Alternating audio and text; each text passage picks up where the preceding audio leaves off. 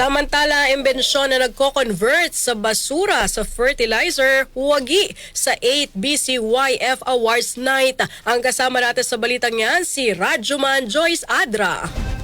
RMN Live Report! Isang imbensyon na nagko-convert sa basura sa fertilizer ang nagwagi sa 8 BCYF Awards Night na ginanap kagabi sa Club Filipino sa Green Hills, San Juan. Ayon kay Lizelle Salera Manabat, Marketing Officer ng Davao Thermo Biotech, naisip nila ang ganitong teknolohiya dahil naging hamon sa kanila ang kakulangan ng kaalaman ng publiko sa tamang pagtatapon ng basura.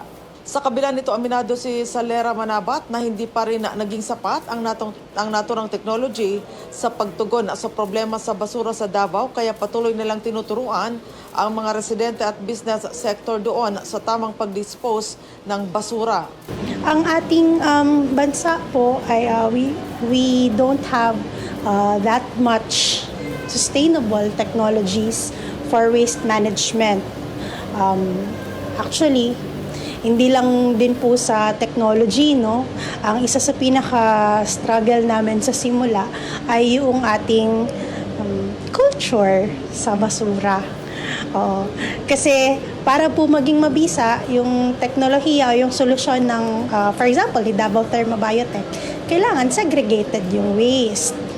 So it's a policy that we put on our clients na kukunin lang po namin ay yung biodegradables lang. So kailangan sa premises o sa mismo si waste generator, whether the waste generator is a business or a household, kailangan nag-segregate na siya sa premises niya pala.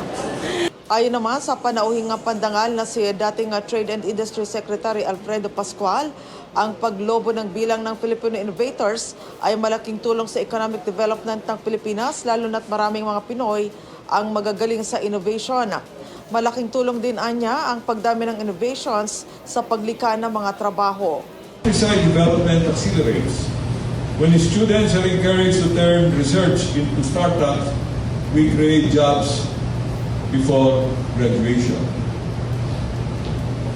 In most universities now, they have policies for intellectual property and how researchers will benefit from the economic gains of their. Tiniyak naman ni Attorney J. Anton Ayap, Executive Vice President ng BCYF, na patuloy ang kanilang advokasya sa pagtuklas ng mga innovation na makakatulong sa mga komunidad.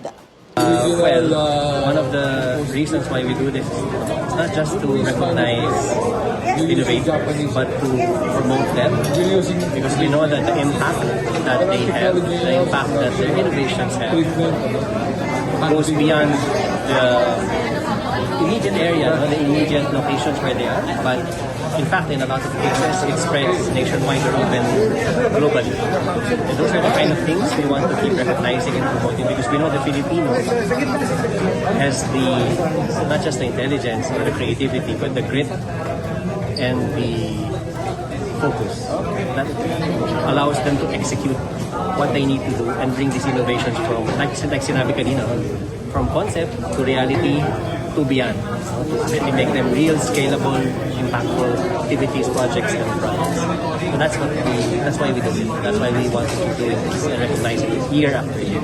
Ang Benita and Catalino Ya Foundation ay katuwang ng Radio Mindanao Networks sa mga advokasya nito. Kasama mo sa DZXL Manila, Rajuman Joyce Collantes Adra, Tatak RMN.